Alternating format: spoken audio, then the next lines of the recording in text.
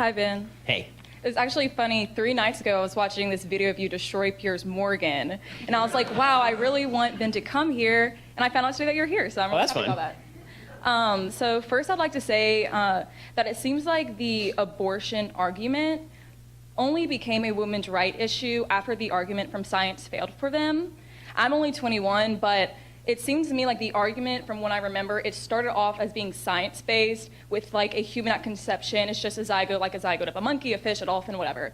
And I remember like seeing images in middle school of them showing like the early development and showing how like, oh, there's no difference here. So, but then through like research in embryology, we find out like the DNA genetic template is there, human, like what you're gonna be, it's there from the beginning, it says it all. So, to my question, in a society today where specifically women have been so successfully convinced that an abortion isn't to be frowned upon, how can we convince young women to not get abortions when the voice of abortions aren't bad seems to be louder than the voice of like personal responsibility and like basic morality? So, I mean, I think that the first thing is that, again, people blind themselves to answers they don't want to see. And it's our job to break through that. So I've spoken about this. I hate euphemisms with regard to abortion. Abortion is filled with euphemisms. The woman's right to choose. It's just terminating a pregnancy.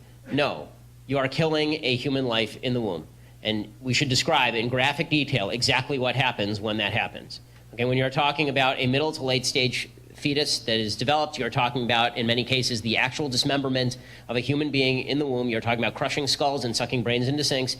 You're talking about torturing a child in the womb and then killing it. And that has to be brought out because people need to feel the gut-wrenching nature of what it is that is being conducted. They also need to be shown as many pictures as possible of what a baby looks like in the womb, because there is still you can make the intellectual argument for an embryo having the same moral value as a 7-month-old fetus, and I think that that's a pretty good argument, actually. But I think that the emotional argument is seeing a picture of the 7-month-old fetus.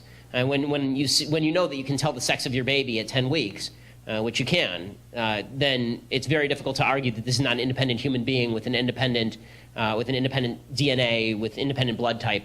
The more scientific knowledge that we put out there, the worse it gets for the left. And this is why this is one of the few issues where the right is actually moving in the right direction in terms of the polls. If you look at the abortion statistics and how many people actually believe in the pro-choice position, it's been declining steadily over the last 15 years, and it's going to get a lot worse because the better we can see into the womb, the more difficult it is for the pro-choice left to suggest that this is not a human life, it's just a cluster of cells.